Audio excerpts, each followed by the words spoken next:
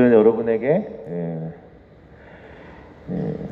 목포 재생사업 중에서 저희가 중심시가지 유형하고 주거지 지원형 두 개를 하고 있는데, 중심시가지 유형이 주민분들이 그래도 좀 비교했을 때 되게 열심히 하세요. 그래서 이것저것 많이들 시도하고 계신 것들이 좀 있어서 현장도 많이 방문도 하시고, 저도 목포 이야기를 들려드리러 많이 다니고 있는데, 여러분에게 그 1897 계양문화거리 도시재생 사업지 주민분들이랑 함께 재생 사업을 펼쳐가고 있는 이야기를 들려드리도록 하겠습니다.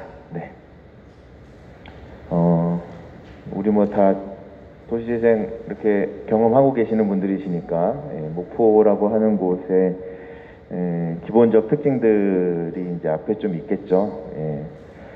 뭐 목포는 사실 인지도가 꽤 있는 도시죠. 그리고 목포에 갔더니 목포가 가지고 있는 자산들, 아직은 가치를 확 드러내진 않았지만 축적되어져 온 자산들이 꽤나 많더라고요. 그래서 재생사업하면서 우리가 뭔가 그 지역 안에 어떤 차별성 또는 정체성 이런 것들을 좀 가져가기 위해서 자원을 발굴하려고 꽤 애쓰잖아요. 근데 목포는 그런 측면에서는 꽤 많더라. 그냥 이렇게 다니다 보면 곳곳에서 발견되는 그런 보물들이 많더라라고 하는 걸 좀 느낄 수 있었고요. 지리적 강점들 가지고 있죠. 연육교 놓기 전에는 서남권 섬에서는 목포는 무조건 거쳐가야 하는 거점이었기 때문에 굉장히 그 도시의 어떤 경제가 활성화되어져 있던 그런 시절도 좀 있었다고 해요. 막 6대 도시에 들었던 집도 있었고. 근데 요즘 보면 이제 어렵죠. 인구가 쭉쭉 빠지고 있습니다. 목포도. 지금 18년대가 23만이 작년에 무너졌고, 올해 22만도 무너질 것 같아요. 그래서 이제 21만을 향해서 가고 있습니다. 한 걱정들 이제 하고 계시고, 뭐 지방 소멸은 전국적 현상이니까, 그럼에도 불구하고 목포가 갖고 있는 그런 어떤 나름의 강점들을 살려서 도시를 다시 회복시켜보자, 뭐 이런 차원의 고민들도 하고 계시죠. 재생을 하고 있는 원도심은 두 번에 걸친 신도심 개발로 인해서 거의 뭐 한 60~70% 정도 되는 인구가 빠져나가 버리고, 그러다 보니까 자연스럽게 인프라들이 같이 옮겨가고, 기존에 있는 것들은 노후되고 쇠퇴되고, 그런 상황들로 인해서 원도심의 재생의 이유들이 생겨나서 선도사업부터 먼저 했어요. 선도사업 2014년 저희 전국적으로 한 13군데 선도사업 할 때 목포도 같이 시작을 했는데, 선도사업 하면서 지역에서 꽤 이슈가 많았어요. 주민분들이랑 상인분들이 막 싸우고 난리가 났어요. 그 센터장 계속 막 교체되고, 센터 직원분들 못 버티고 막 나가고, 재생을 기대했던 주민분들이나 지역에 계신 분들은 도의재생이 막 애물단지가 되어버린 거예요. 그래서 19년도에 갔더니 그런 말씀 많이 하셨어요. 우리는 암흑의동처럼 하면 안 된다고 주민분들이 그런 얘기 많이 하셨어요. 반면교사를 좀 삼는 측면에서 장점도 좀 있었고, 한편에서는 행정도 주민도 지원조직도 도의재생을 도대체 어떻게 해야 되는지에 대한 답을 못 찾고 있었을 때, 그 3~4년의 시간이 많은 학습의 시간이 됐었던 거죠. 그래서 그런 측면에서 이제 우리 선도지역이라고 써있는 노랗게 표시된 그 선도지역의 경험을 옆에서 지켜보시던 이 빨간색으로 표시되어 있는 두 개의 마을은 19년부터 본격적으로 도시재생 사업을 진행하게 됩니다. 그래서 큰 곳이 중심시가지형이고요. 작은 곳 바닷가 쪽으로 왼편에 있는 게 주거지 지원형 이렇게 진행되고 있어요. 오늘은 중심시가지에서 일어나고 있는 이야기 같이 공유드리면서, 우리가 참 어려운 일이죠. 주민이 좀 주도하고 참여하고 지역 기반으로 재생을 하라고 자꾸 하는데, 도무지 답이 안 보이고 참 어려운 숙제인데 뭐 고군분투하고 있는 1897의 이야기를 같이 좀 들려드리겠습니다. 목포역 종점, KTX 종점이 원도심에 딱 붙어 있어요. 저것도 되게 강점인 것 같아요. 여기서 딱 내리면 저희 센터 사무실까지 5분, 걸어서 5분. 그래서 저는 이렇게 왔다 갔다 하고 있거든요. 주말 부부를 하고 있는데 근무가 시작되는 날 새벽 기차를 타고 가면은 KTX를 타고 가면 2시간 반이면은 사무실에 도착할 수 있습니다. 서울에서 가도. 그렇게 종착역에 가까운 원도심, 그리고 거기서 조금 더 바닷가 쪽으로 나가면 이제 여객선 터미널들이 예전에는 대부분 저기서 다 모든 섬으로 연결되는데 요즘은 또 이제 신항을 만들면서 일부는 이제 이전을 했지만 여전히 흑산도, 홍도, 제주도 이쪽으로 여행하는 배로 다니시는 분들이 이제 터미널을 이용하기 때문에 역하고 터미널 그 사이에 있는 마을이라서 유동인구가 좀 평소에도 좀 있어요. 주말에, 그리고 또 목포가 19년도쯤부터 또 유명해져가지고 관광 또 오시는 분들도 코로나 상황임에도 그래도 간간히 또 계십니다. 단체 관광객은 거의 없지만, 그래서 대충 이제 그런 바닷가 마을에 좀 이렇게 나름 이름 있는 도시에 좀 관광의 요소도 좀 있고 인프라들도 나름 좀 잘 갖춰져 있는 그런 여건을 가지고 있구나, 이렇게 이해를 하시면 될 것 같아요. 거기에다가 이제 더한 플러스 요인이 좀 있다면, 목포가 1897년도라고 하는 이 숫자, 연도인데요. 이때 이제 개항을 하게 됩니다. 고종이 칙령을 내려서 항구를 열게 되는데, 그때 이제 요 지금 막 이렇게 표시되어져 있는 저 거리들은 바다였죠, 바다. 이제 매립을 합니다. 매립을 하고 유달산과 사막도 그 사이를 매립을 하면서 네덜란드 건축가가 이제 한 인구 5만 도시를 계획하면서 이렇게 했어요. 그래서 지금도 원도심 가면 도로가 반듯반듯합니다. 저희가 재생사업하면서 도로 걱정은 안 해요. 물론 주차들을 아무데나 막 하고 막 그래서 주차 이슈가 좀 있기는 한데, 그래도 도로 체계는 되게 잘 갖춰져 있어요. 그러면서 이제 개항도시로서 이 나라 저 나라 사람들 많이 와서 여기서 서로 교류도 하고 장사도 하고 또 이렇게 해보자라고 하는 취지에서 지어놨는데, 그래놓고 바로 일제시대가 시작을 한 거 아닙니까? 그러다 보니까 이제 외국인 거류지로 만들어 놓은 이 도시의 상당 부분을 일본인들이 이제 거주하기 시작한 거예요. 그리고 이제 그들이 거주하면서 필요한 영사관도 짓고, 동양척시 주식회사도 짓고, 일본 절도 짓고, 소학교도 짓고, 뭐 이렇게 하면서 주요한 공공시설들, 거점시설들이 큼직큼직한 건물들이 원도심에 막 이렇게 있습니다. 그게 이제 요즘 또 이렇게 하나의 또 이렇게 보물이 되는 거죠. 그리고 적산가옥들이죠. 거주하시고 장사하고 했던 일본인들의 주요 활동 무대들도 고스란히 거리를 형성하고 있어서 그런 느낌이 좀 나죠. 네, 일본풍의 느낌이 좀 많이 납니다. 근데 이제 그런 부분들이 레트로, 뉴트로 이런 어떤 나름의 또 문화적 트렌드를 타고 도시의 매력적인 요소로 자리를 하면서 낡았죠. 낡아서 바로 쓰기 되게 어렵고, 그런 느낌을 살리면서 쓰려면 꽤나 건물을 매입하는 비용보다 고치는 비용이 더 많이 드는 그런 여건임에도 불구하고 좀 원도심의 매력적인 요소들로 자리를 하고 있어요. 그러다 보니까 이제 이런 사업들도 좀 연계가 됩니다. 그러니까 이게 도시재생 사업구역 안에 들어와 있는 다른 부처의 문화재청의 사업인데, 그 사업의 내용이 역사문화 공간 조성 사업이에요. 18년도부터 시작을 해서 아마 이제 해마다 하나씩 지정해 가는데, 저희가 19년도에 좀 이슈가 있으면서 문화재청에서도 약간 멈칫 좀 하고 있는, 근데 이제 사업은 진행합니다.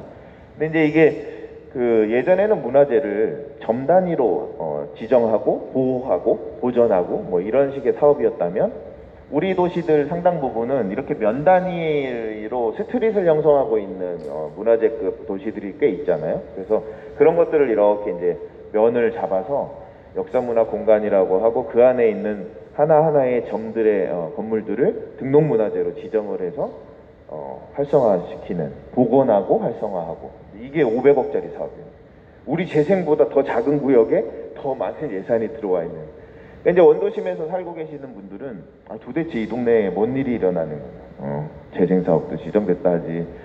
18년도에는 또 이 역사문화공간 조성사업도 500억짜리나 지정됐다고 하지. 그러면서 오랜 동안 사람 안 다니고 침체됐던 도심에 살고 계셨던 분들이 하나씩 조금씩 기대감을 갖게 되고, 이슈도 있고 막 이러니까 이제 뭐 어떻게 되나벼 막 이러면서 이제 기대하시고 계시죠. 예. 한참 사업을 하고 있습니다. 예. 도시문화재과가 저희 이제 진행하고 있는 사업들인데, 뭐 이슈는 있죠. 이거를 15개를 시가 전체를 확 매입해가지고 복원하고 컨텐츠 집어넣고 막 이렇게 이제 해야 되는 사업들인데 안 파세요. 건물주분들이. 예. 가격이, 기대 가격이 많이 상승했을 거 아닙니까? 시에서 아무리 설득을 해도 안 파세요. 애초에 지정을 하면서 사실은 그 부분을 좀 명확히 했어야 되는데 구속력 없는 구두상의 협의들을 해왔기 때문에 어렵습니다. 그래도 이제 이 사업은 진행 중에 있고, 뭐 이런 나름의 당시의 느낌들이 여전히 남아있는 그런 원도시입니다. 당연히 그러다 보니까 당연히 이 지형적, 지리적 특성이나 문화적 특성들을 반영해서 도시재생의 활성화 계획이 수립이 되겠죠. 그래서 역사문화 자원을 활용해서 인구 유입이라든지 지역 활성화라고 하는 차원에서의 계획들을 가지고 있고요. 또 중심 시가지형이니까 옛날에 여기는 이 선창가는 섬 사람들이 다 먹여 살렸죠. 다리가 놓여지기 전에는 무조건 배 타고 어디로 오냐, 목포 이 앞바다로 옵니다. 그 딱 내리면 여기서 물건들 이제 교환하시고 유통하시고 본인들 생필품 다 여기 시장에서 사가요. 그게 원도심에 이제 항동시장이라고 있는데 그 항동시장은 작은 구멍가게 하나도 어마어마한 돈을 버셨다는 이야기를 요즘도 하세요. 그러니까 북적북적했겠죠, 진짜. 막 밀려다녔다고 하니까 사람한테. 그런 거리에 사람 하나 안 다니고 조용하고 뭐 이런 상황에서 중심시가지 유형이다 보니 상권을 좀 활성화해보자. 경제를 좀 지역 경제를, 골목 경제를 좀 되살려보자라고 하는 차원의 창업 인큐베이팅 플랫폼도 해보고 상권 활성화 계획들도 담아보고 뭐 이러는 겁니다. 그리고 뭐 일반적인 우리 삶의 질 개선 사업들이 좀 있어요. 근데 사실은 이 사업들 내용을 이렇게 우리가 조금 더 깊숙이 들여다보면 여러분들이 이렇게 하고 계시는 지역에서의 활성화 계획상의 그 내용들하고 그 구조들하고 컨텐츠들하고 별반 다를 건 없죠. 지역만 다를 뿐이지. 그렇죠? 거점 공간 조성하고 가로 정비하고 주차장하고 앵커 시설 몇 개 집어넣고 이렇게 하는 사업들이지 않습니까? 사실 여기에 좀 딜레마가 있는 거죠. 우리가 계획 단계에서 주민분들의 의견을 충분히 수렴하고 그 실행의 과정에서도 주민분들의 우리가 세운 계획 우리가 한번 구현해보자라고 하면서 참여하시고 그것에 대한 책임을 지속성 있게 가져가는 구조를 기대하면서 우리는 재생사업을 하고 있는데 첫 단추부터 잘 안 끼워지죠. 구색은 갖추는데 잘 안 돼요, 여전히. 그리고 그 계획들이라고 하는 것이 행정이 갖고 있는 기본적인 지역사회의 수건 과제들이 있기 때문에 그것을 물리적 하드웨어 사업으로 굵직굵직하게 담다 보면 주민분들이 거기에서 개입할 수 있는 여지들은 또 많지 않고요. 그런 숙제는 어디나 다 비슷하게 있는 것 같습니다. 목포도 마찬가지죠. 그래서 뭐 환경 조성하고 뭐 지중화하고 또 나름 좀 일방 통행하면서 주차 공간 조금 더 확보하고 뭐 이렇게 하는 굵직굵직한 하드웨어 사업에서의 주민분들의 참여의 수준은 어떻습니까? 뭐 예전에 공청회 하는 거랑 별반 다르지 않죠. 시나 용역사가 우리가 이렇게 계획해서 진행할게요 하면 의견 조금 제안하고 내 앞으로 내 집 앞에 일방 통행 방향이 왜 이쪽이냐? 이쪽이야? 뭐 이런 얘기 정도 해주시면서 의견 수렴하는 수준에서 벗어나지 못하고 있는 기본적 구조적 한계는 있는데, 그렇다고 하면 우리는 재생에서 왜 자꾸 주민분들한테 뭘 주도하라고 참여하라고 하냐라고 하는 고민이 계속 드는 겁니다. 목포도 그런 고민 속에 있고요.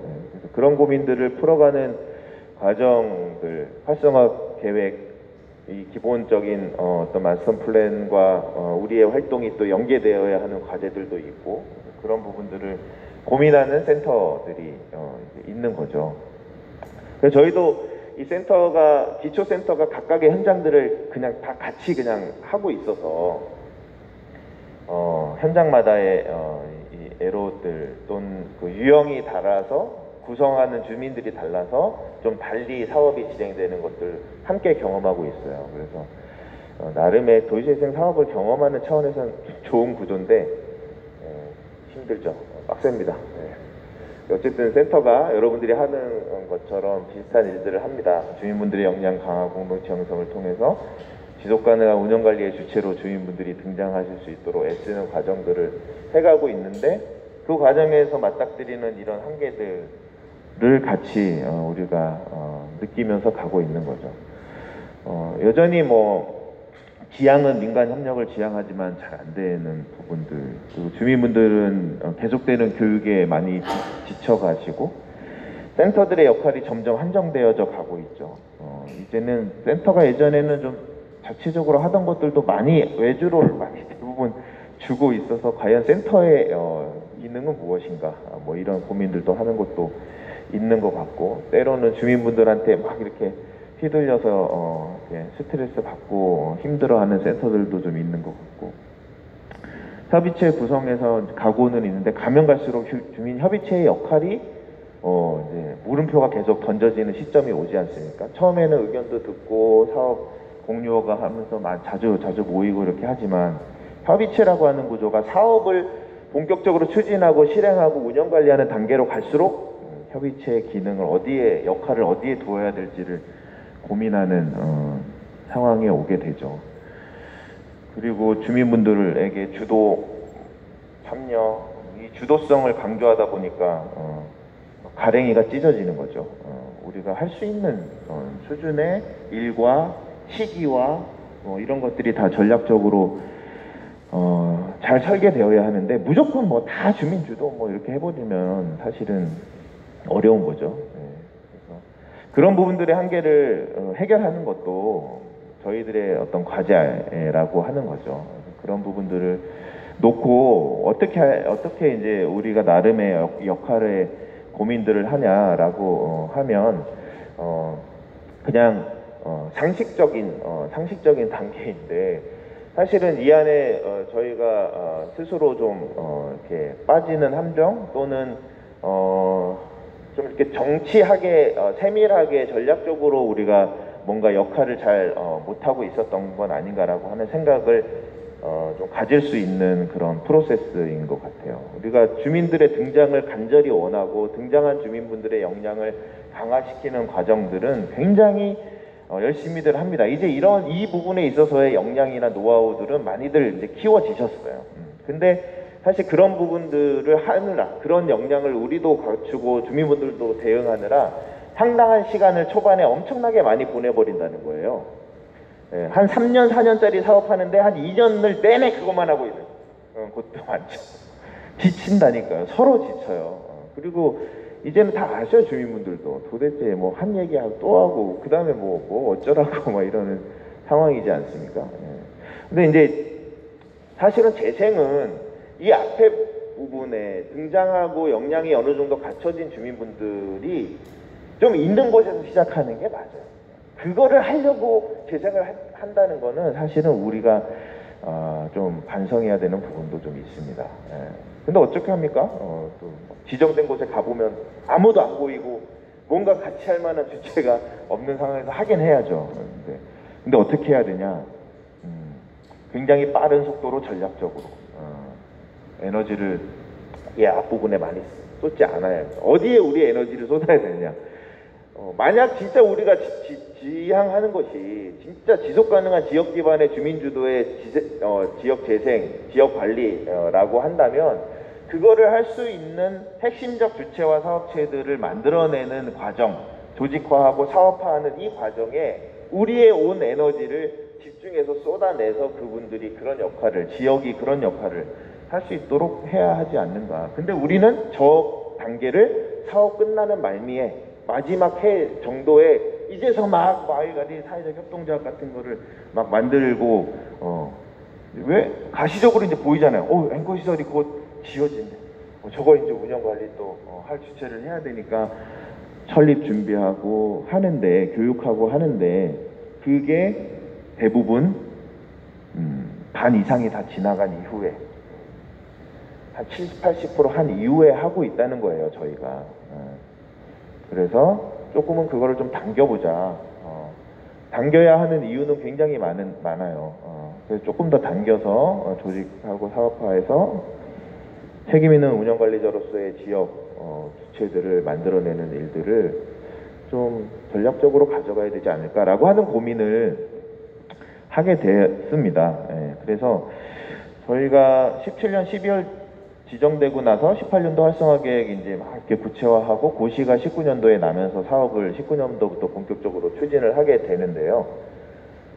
19년 6월부터 마을관리 사회적 협동조합 설립을 준비를 이제 했어요.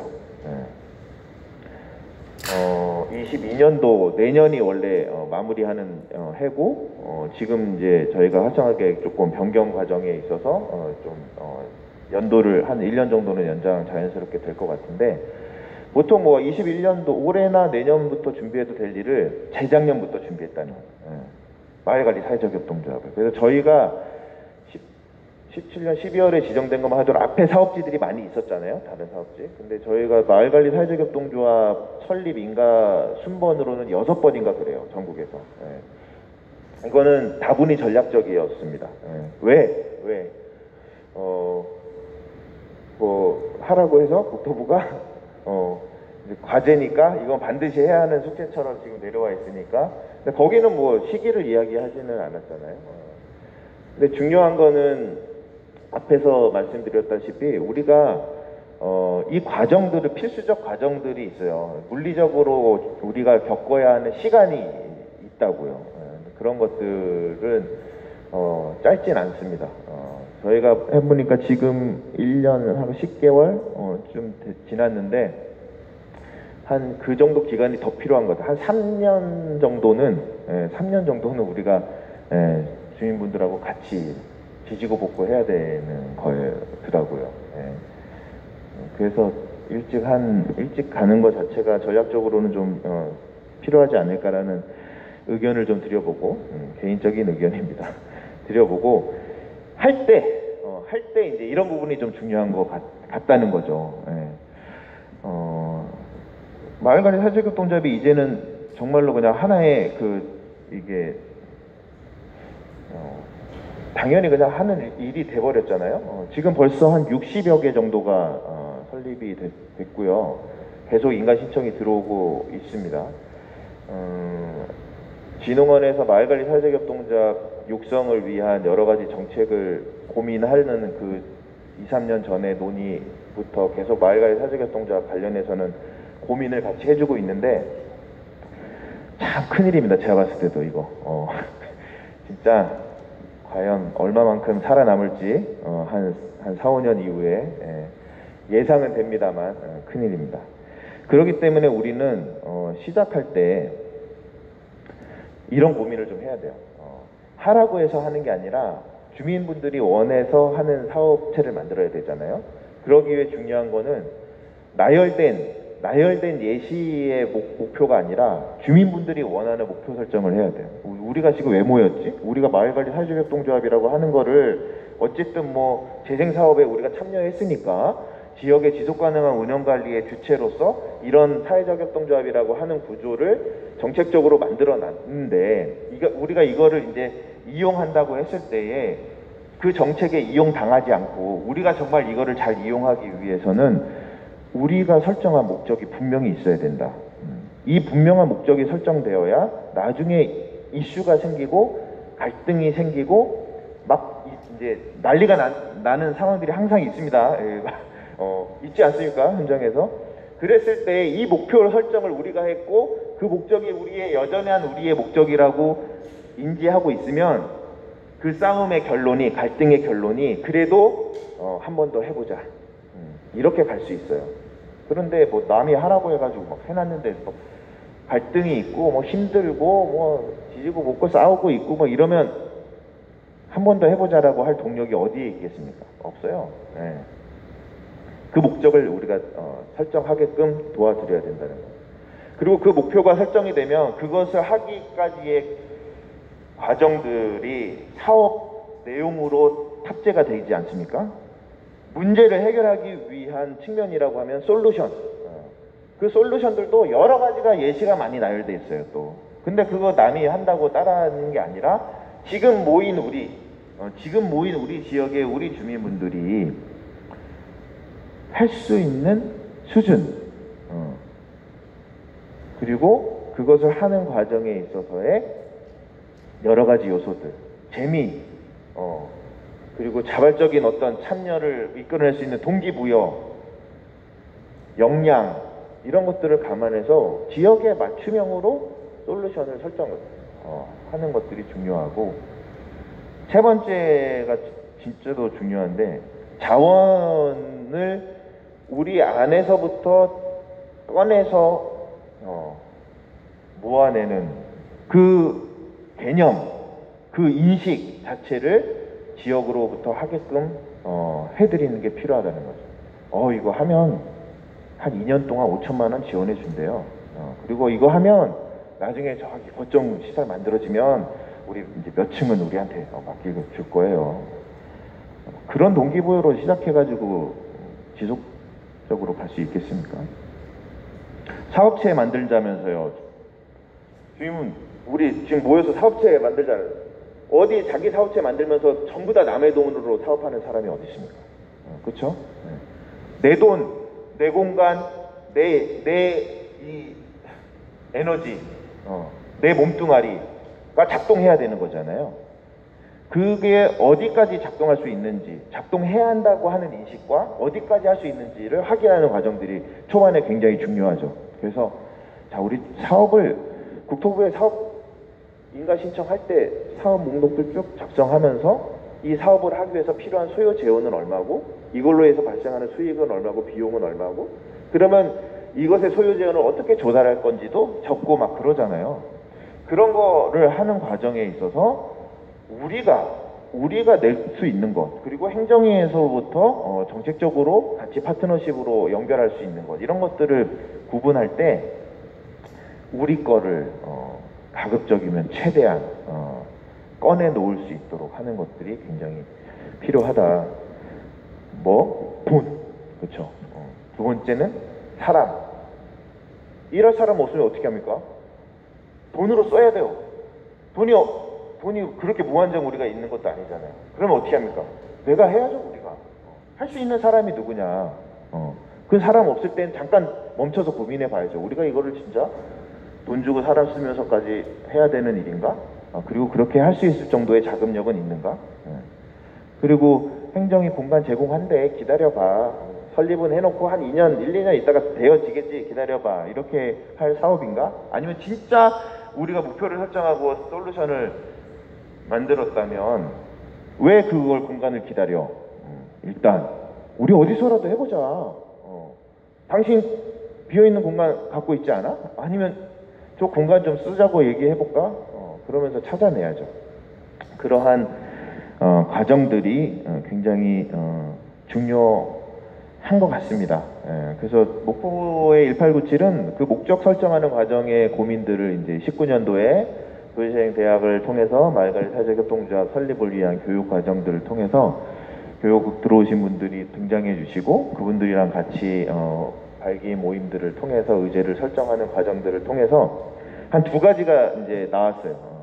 첫 번째는 이 원도심 낙후의 어떤 표본이죠. 빈집, 빈상가. 야, 이 원도심 우리 동네 완전 지금 낙후돼 있는데 이거를 가장 표면적으로 드러내는 게 빈집, 빈상가들이다. 마을 관리를 한다고 하면 적어도 그 문제를 우리가 건드려는 봐야 되지 않겠냐. 해결은 어떻게 할지 모르겠는데, 예, 그래서 1번 사업이 빈집재생이었어요. 그리고 2번 사업은 옛날에 그 영화로웠던 이 만호동의 어떤 그 모습들, 골목 상권들의 활성화됐던 그 모습들을 다시 좀 뭔가 우리의 힘으로 해보자. 어디까지 할 수 있는지 모르겠지만, 두 번째는 상권 활성화. 이 두 가지 사업 계획이랑 일반적인 사회적 협동조합의 사업 구상들을 가지고 신청을 하게 됩니다. 그래서 이제 목표가 설정이 됐으니까 솔루션을 찾아야 되죠. 그 솔루션을 찾는 과정에서 전제되었던 거는 뭐냐면, 우리는 지금 행정이 이 사업에 대한 마을관리 사회적협동조합에 대한 이해도가 굉장히 낮은 상황에서, 파트너십이 형성이 잘 안 되는 상황에서 우리가 스스로 해야 된다. 그리고 앞으로 행정이 어떤 거를 해줄 것이다라고 하는 정보는 주인분들한테 안 드리고 못 드리고, 예, 그래서 이제 찾은 거죠. 어떻게 찾아가냐? 난이도에 따라서 다르죠. 난이도가. 우리가 빈집을 재생하려면 빈집을 사면은 바로 우리가 활용할 수 있죠. 살 수 있습니까? 초기에 없죠. 두 번째, 빌리자. 장기간 빌리면 우리가 그걸 이제 뭐라도 하면 되니까. 근데 그 빌린다라고 하는 거 임대료를 낸다는 얘기고, 그러면 임대료를 감당하면서 운영을 할 수 있을 정도의 수익성이나 이런 사업성이 나온다라고 하는 건데, 그 정도의 컨텐츠를 고민할 단계도 아니었고, 그래서 마지막 남은 건 이거였어요. 야, 그냥 동네 빈집들 많은데 건물 좀 찾아가지고 빈집 좀 우리가 쓰자 하자. 그런 건물이 있을까요? 모르지. 뭐 한번 찾아봐야지.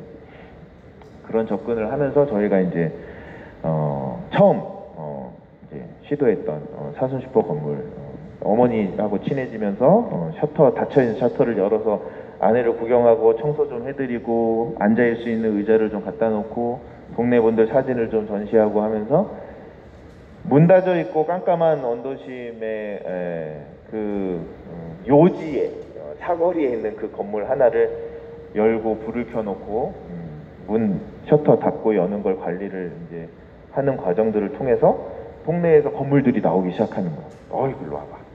내 것도 보여줄게.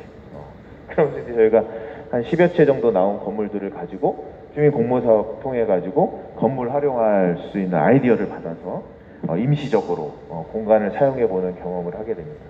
이 경험들이 이제 축적돼서 지금 현재는 이렇게 활용됐던 건물들 중에 한 5채 정도가 마을관리 사회적협동조합이 건물주하고 무상 임대차 계약을 맺어서 마을관리협동조합이 이제 빈집을 관리해보는 경험을 할 수 있는 그 토대를 지금 만들어주고 있고, 지금 상당 부분은 전시 공간으로 많이 쓰여요. 목포는 이제 문화예술인들이 꽤 많아요. 그래서 그림 그리시는 분들, 뭐 작품 하시는 분들, 공연하시는, 노래하시는 분들, 이런 분들 많은데, 그런 분들이 이제 뭐 일주일, 뭐 보름, 뭐 또 주말에 뭐 이렇게 이제 공간을 쓸 때 마을관리 사회적협동조합을 통해서 공간 활용들을 하고 계십니다. 마을관리 사회적협동조합도 이런 비어있는 공간들의 시설을 일상적으로 좀 관리하는 경험, 그리고 그런 것들을 활용하게 할 때에 그 사람들과의 관계, 지역의 자원들을 하나씩 축적해 가는 경험들, 그리고 이것을 비즈니스적으로 간다고 했을 땐 어떻게 해야 되지? 라고 하는 고민을 하는 단계로 조금씩 진화해 가고 있어요.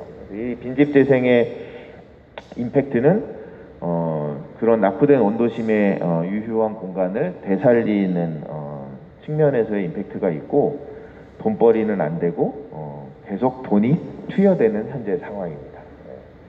지역 진짜 사회적 협동조합으로서 기여를 하고 있어요. 이분들은 이제 마을관리 협동조합의 고민은 조금 더 이걸 확장해 가고 싶어 하세요. 규모를 더 늘리고, 그 정도의 관리 노하우들이 조금 생겨가고 계시는 것 같아요. 그런 역할을 누가 하느냐? 초기에 이제 우리 모이셨던 분들 한 18분 정도가 발기인으로 이제 참여를 해 주셨고요. 이 뭐 초기 설립 과정에서도 뭐 우여곡절이 많았습니다. 어쨌든 이제 하게 되는데, 19년 6월부터 교육을 하고 발기인 모임 통해서 창립총회를 9월 달에 하고 국토부 설립 인가는 2020년 1월에 나오게 되죠. 저희가 빈집을 재생하고 골목 상권을 활성화하자라고 하는 차원에서의 목표 설정을 하는 과정에서 조합의 구성원분들을 그런 역할을 할 수 있는 분들로 초대를 해야 되잖아요. 그래서 동네에서 공간, 부동산 관련해서 일하고 계신 분들을 열심히 우리가 또 찾아다니고 있습니다. 초대 이사장님이 공인중개사 하시는 분이셨어요. 예. 동네 건물, 부동산 정보는 가장 많이 알고 계시는 분이 이사장 해보겠습니다. 쌤도 하시고 꿈은 이런 걸 야심차게 여전히 꾸고 있죠. 마을 부동산 종합 서비스 플랫폼의 역할을 해보자. 그래서 비어있는 공간들 또는 장기간 마스터리스나 임대할 수 있는 공간들 그런 것들을 우리가 다시 재생시켜서 직접 활용하기도 하고 누군가에게 활용하라고 공간을 제공해주기도 하고 하는 부동산 관리 조직으로서의 역할을 해보자라고 하는 꿈을 가지고 하나씩 해가고 있는데 1년 한 반 지났는데 그거를 해가고 있는 수준 자체는 여전히 높진 않아요. 근데 우리의 목표치 자체가 굉장히 높게 설정하진 않았단 말이에요. 요 정도 수준에서 계속 조금씩 이제 하다 보고 눈이 열리고 뭔가 여기에서의 비즈니스 모델을 좀 찾아가고 있고 그러고 있다는 거죠. 근데 그게 가능한 이유가 뭐냐? 지금은 재생 사업 기간 안에 보호받는 기간이잖아요. 센터가 같이 논의하고 기획해 줄 수 있고 뭐 조금이나마 행정에서 뭔가 필요하면 뭐 이렇게 사업 예산도 조금 연결해 보고 뭐 기회도 좀 제공해 줄 수 있고 뭐 이런 것들을 할 수 있는 시기이기 때문에 이분들이 지금 사업의 모델들을 고도화 시켜가는 과정들을 그냥 약간 불안하지 않은 채 해 가실 수 있는 거예요. 미리미리 했기 때문에 가능한 얘기죠. 우리가 이제 설립해 놨는데 이제 재생 사업은 거의 종료되고 한 6개월 남아 빠빠이 하고 있는데 이런 거 하고 있어 봐요. 아유, 한심하다는 소리 듣죠. 그런 거 지금 할 때입니까? 당장 이제 막 지원도 다 끝나고 뭐 도움 줄 수 있는 사람들도 사라지는데 그런 이야기입니다. 그래서 이런 컨텐츠를 하나둘씩 채워가는 역할로 꿈을 꾸고 있는데 당시에 꿈꿨는데 막 우리 지금 상회나 어떤 전시관의 기능들을 하고 있어요. 지금 빈 공간들이. 꾸면 됩니다. 그리고 이제 두 번째 목표가 상권을 활성화시키자 뭐 이런 거였잖아요. 그래서 이제 항상 이제 보면 이렇게 우리가 목표를 설정해서 전략을 짜기 위해서 논의를 하잖아요. 회의를 합니다. 이사회 회의하고 요즘은 한 달에 한 번씩 임원회의를 이제 하는데 작년만 하더라도 거의 매주 임원회의를 하는데 아니 이사회의는 진짜 중요한 안건이 있을 때만 이사회의를 하는 거고요. 왜 맨날 모이면 몇 회 이사회 맨날 이사회를 합니까? 실무회의를 하셔야지 막 이러면서 작년에 한참 막 옥신각신 했는데 여전히 이제 한 달에 한 번씩 이사회의를 합니다. 근데 그런 회의에서 이제 이런 기획을 해요. 그러면 이제 우리가 상권을 활성화시킵시다. 어떤 걸 하면 좋을까요? 이런 이제 논의를 하면 사실 주민분들이 이렇게 아이디어 이렇게 내놓으라고 하면 다 비슷할걸요? 우리 프리마켓 같은 거 한번 해볼까요? 우리 장터 한번 열어볼까요? 뭐 이렇게 이제 나옵니다. 자연스럽게. 그래서 이제 장터 한번 해봅시다 뭐 이러는 거예요. 그 당시 코로나가 극심하지 않았던 2000년 초반 전남권은 거의 조용히 했었을 때 여객선 터미널 앞에서 주차장을 운영하고 계시던 이사님이 회의에서 소스를 하나 던져줘요. 내가 주차장을 운영하면서 가만히 앉아가지고 아침 저녁으로 배 시간에 이렇게 지켜보는데 진짜 어마어마한 관광객들이 배를 타러 온다고 차를 대놓고 배를 타고 또 역에서 이제 기차 타고 와가지고 근데 이 사람들이 섬에 갔다 오면은 막 물건을 한 꾸러미 들고 이제 집에들 가는데 목포에서 뭔가를 구매하는 사람들은 없다. 그러니까 가만히 보니까 목포에서 관광객들을 위해서 뭔가 이렇게 특산물이나 이런 것들을 판매하는 곳들이 좀 노출이 잘 안 되어 있어요. 그래서 그런 거를 한번 해보면 어떠냐고 하시길래 이제 같이 조합원 이제 이사님들이 좋다고 해보자고 그래가지고 사업개발비 일부 지원받는 걸로 해서 매대나 뭐 이런 거 막 이제 하고 파라솔 의자 뭐 이런 거 막 이제 임대하고 사고 막 그래가지고 장터를 기획을 하게 됩니다. 근데 이제 이분들이 기획하는 장터들은 이제 그런 거잖아요. 우리가 이렇게 시골에 가면 이제 볼 수 있는 것들 뭐 이렇게 밴드들 와가지고 빵 이제 한번 공연하고 또 계속 막 각설이 막 옆에서 막 놀고 있고 여기 이제 물건들 막 깔아놓고 뭐 이렇게 하는 건데 그마저도 그마저도 잘 이게 기획 수준이 잘 안 올라와요. 첫 회의를 하고 막 이러면. 그러면 이제 답답해서 막 읽었다고 적었다고 막 얘기를 할 수 있지만 그렇게 안 하죠, 그렇죠? 왜? 주민분들이 그 기회를 박탈하면 안 되잖아요, 우리가. 기획에 사실 기획과 운영의 노하우를 형성하는 게 사실 이제 핵심인데 어설픈 기획이라도 괜찮네요. 해봅시다. 그리고 그거를 실행하고 그것에 대한 업그레이드는 어디서 동기가 되냐면 실행하는 과정에서 이분들이 들어요. 누구한테? 자기 친구들한테. 친구들 초대할 거 아니에요. 그냥 오라 와가지고 이제 행사 마치고 가면서 한마디씩들 하죠. 야씨 이 정도 뭐 오라고 하니 허접하게 뭐 이런. 그러면 이제 자존심 상하시잖아. 그러면 또 막 업그레이드 막 하세요. 이러면 안 되겠다고 하시면서 회의 막 다시 소집하시고 그 경험들을 이제 막 해갑니다. 장터의 수준은 그랬어요. 예. 그리고 또 우연치 않게 이제 우리가 계획도 안 했지만 관광과에서 미디어 투어 상품, 그러니까 이제 미디어 투어를 돕는 태블릿 PC를 관광객에게 대여해주는 일을 할 만한 주민 사업체를 찾고 있었는데 마침 그때 우리 말갈이 사회적협동조합이 설립이 막 된 거예요. 그래가지고 이제 2000년 초반에, 작년 초반에 도시생과도 아니고 땅과랑 용역 계약, 위탁 용역 계약을 체결하고, 물론 금액은 얼마 안 되지만, 근데 보니까 기기 대여해주고 반납받고 뭐 정리하고 이 정도 수준이어서 이 정도 수준이면 우리가 할 수 있겠다. 그래서 받았어요. 받아가지고 계약하고 돈 쓰고 정산하고 이런 경험들도 이제 설립 초기에 해봅니다. 되게 중요한 경험들이죠. 이런 소소한 경험들을 하는 게 필요하다고 하는 겁니다. 그리고 나서 이제 코로나 때문에 장터는 이제 일정 정도 중단되고 나서 계속 이제 안타까워 하시는 거야. 우리 매대랑 이런 거 다 사놨는데 저거 사용하지도 못하고 비만 맞고 이거 어쩌나 막 이런 고민하시길래 저희가 이제 역에서 터미널 쪽으로 오는 관광객은 확 줄어버렸잖아요. 근데 원도심에는 여전히 좀 사람이 다니는 거예요, 주말에. 그래서 우리 그럼 터미널 거 다 가져오자 이거. 그리고 여기 공터가 하나 있으니까 공터 주인한테 얘기해서 여기서 우리 프리마켓을 한번 해봅시다. 그래서 이제 프리마켓을 열었어요. 근데 이분들도 그렇고 우리 목포에 있는 주민분들도 그렇고 다들 하는 얘기가 야, 장터보다 한결 나아졌는데 뭐 이런 거. 그러니까 이분들이 품목의 다양성을 확보하기 위해서 프리마켓에서 같이 참여할 수 있는 셀러분들, 공방 작가분들, 수제로 공방하시는 분들, 그런 분들을 한 20개 팀을 이제 확보한 거예요, 지역에서.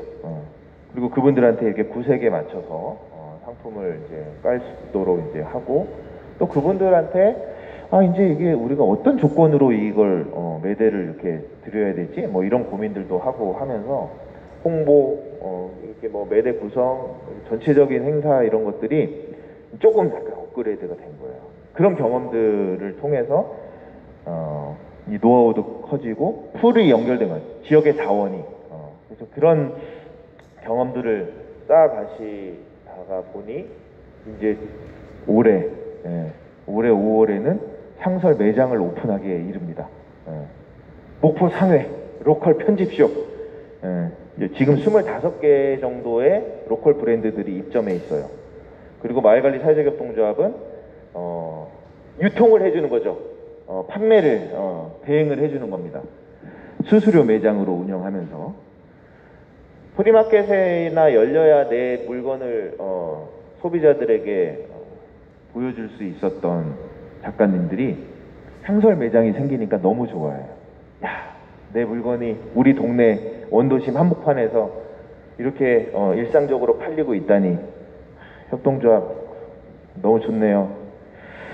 저도 가입하면 안 될까요? 한 25개 그 셀러분들의 상당 부분이 다 협동조합 조합원으로 참여 가입을 하십니다. 지금 18명으로 시작한 협동조합은 100명의 조합원이 가입이 되어 있어요. 일반 조합원분들은 10만 원 정도 출자금 내고 계시고 좀 열심히 역할하시고 임원분들 또는 이제 비즈니스적으로 연결이 되는 그런 분들은 100만 원씩 출자금을 내고 계세요.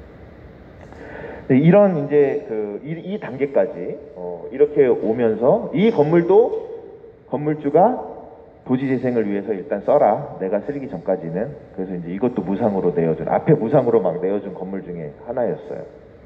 멋있죠, 건물. 옛날에 여성분들이 많이 이용하는 약간 작은 백화점 뭐 이런 그런 기능을 일제시대와 근대 때 했었던 건물입니다. 그래서 여기서 이제 뭐 상해를 운영을 하고 있고 상해 상품 구성들을 다양하게 해가고 있죠.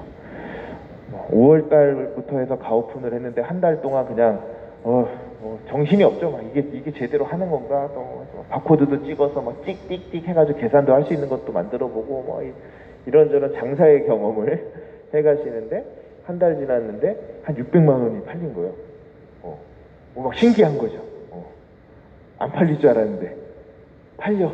셀러분들도 공방 작가 하시는 분들도 달라졌어요. 태도가. 뭐가 잘 나가요? 어떤 거를 손님들이 원해요. 그래서 그런 거 이제 또 피드백 받아서 상품을 업그레이드해 가고 그러고 있습니다.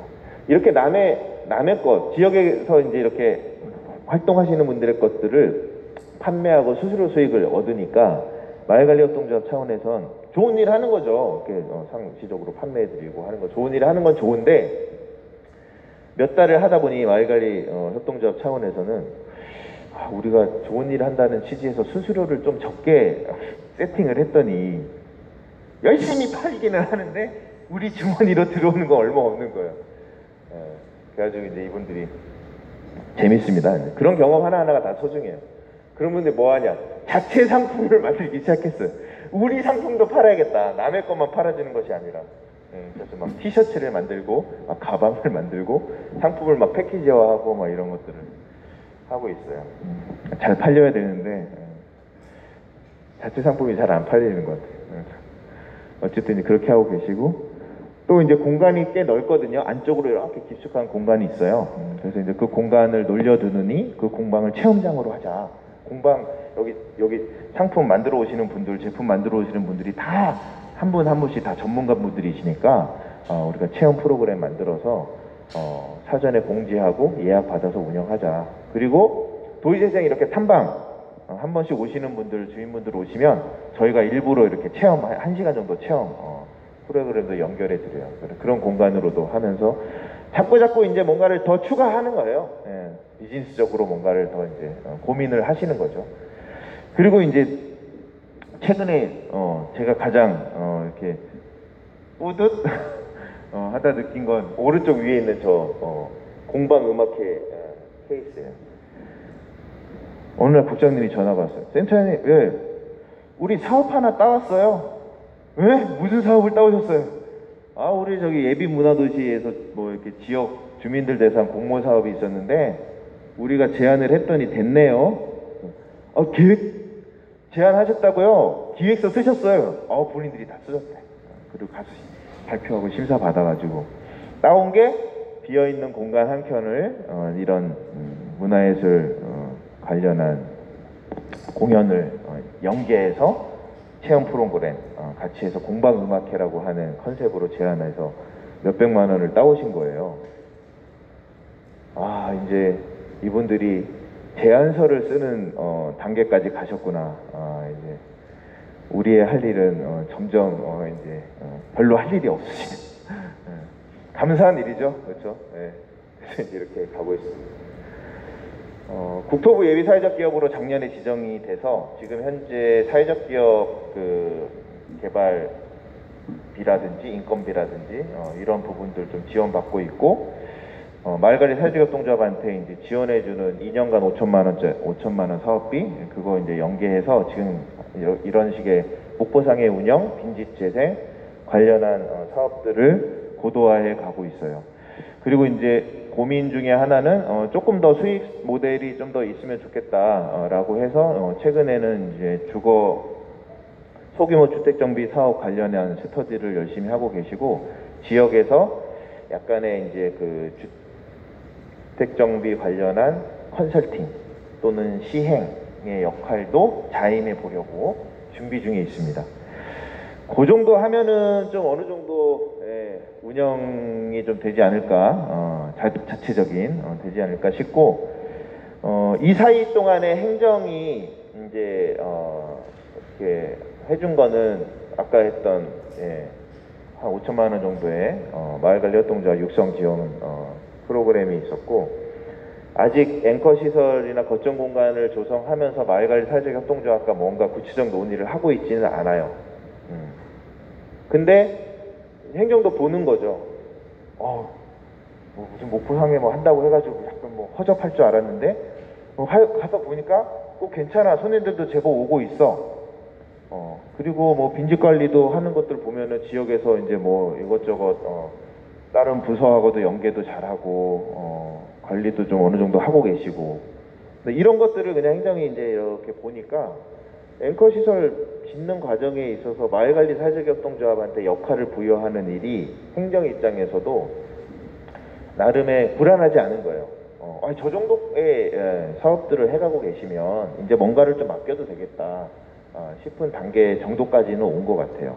그래서 그런 측면에서 이제 나름의 노력들이 조금씩 좀 되고 있는 것 같습니다. 그럼에도 불구하고 힘들죠.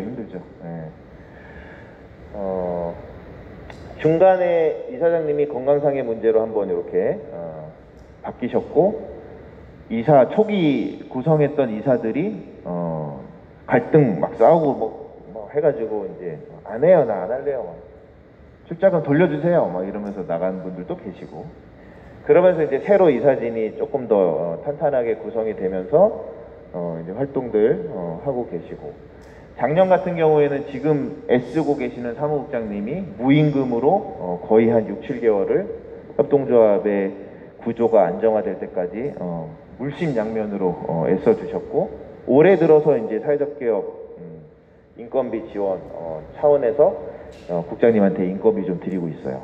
네. 그런 과정들 하나하나를 맞닥뜨릴 때 굉장히 힘들죠. 도대체 이거 왜 하라고 한 거야? 뭐 이런 고민도 많이 들고. 근데 말씀드렸다시피 우리가 안전하게 링을 만들어 드리고 그 링 안에서 싸우고 지지고 볶고 이렇게 해서 막 결론이 나도록 이렇게 하는 과정들을 할 수 있는 그 시기가 있다는 게 좋은 거예요. 보호해 드릴 수 있고 뭔가 연계해 드릴 수 있고 그리고 같이 고민할 수 있는 그 기간이 어느 정도 있다고 하는 게 좋은 거죠. 그게 없는 상황에서 설립해 드리고 뭐 역할을 하라고 하시고 어쩔 수 없이 그냥 또 등을 져야 하는 상황이 된다고 하면 그거 어떻게 해요? 부담되고 막 미안하고 죄송스러워서. 근데 일단 지금 같이 할 수 있는 시기가 있으니까 힘들지만 같이 가고 있습니다. 지금 목포의 그 1897 이 지역은 도시재생 사업을 하면서 주민사업체 협동조합이 5개가 만들어져 있어요. 마을관리 사회적 협동조합이 그 중에 하나이고, 또 하나는 이제 꿈바다 협동조합이라고 하는 일반 협동조합입니다. 이분들의 주 업종은 개별 조합원들의 주 업종은 게스트하우스예요. 게스트하우스. 이분들이 이제 모이신 이유가 있어요. 이 부분은 이제 그 여러분의 지역에서도 춘천도 또 이런 수요가 많으니까 참고하시면 좀 좋을 것 같은데, 지금 우리가 도시 지역에서 게스트하우스를 운영하시는 분들의 영업 허가는 다 이걸 받고 계십니다. 외국인 관광 도시민박업. 근데 이것의 맹점은 외국인만 거주할 수 있어요. 내국인을 받으면 안 되죠. 근데 받고 있어요. 그쵸? 아름아름 뭐 에어비앤비 올리고 막 해가지고 막 하고 있잖아요. 그래서 이제 한 번씩 계도가 나오죠.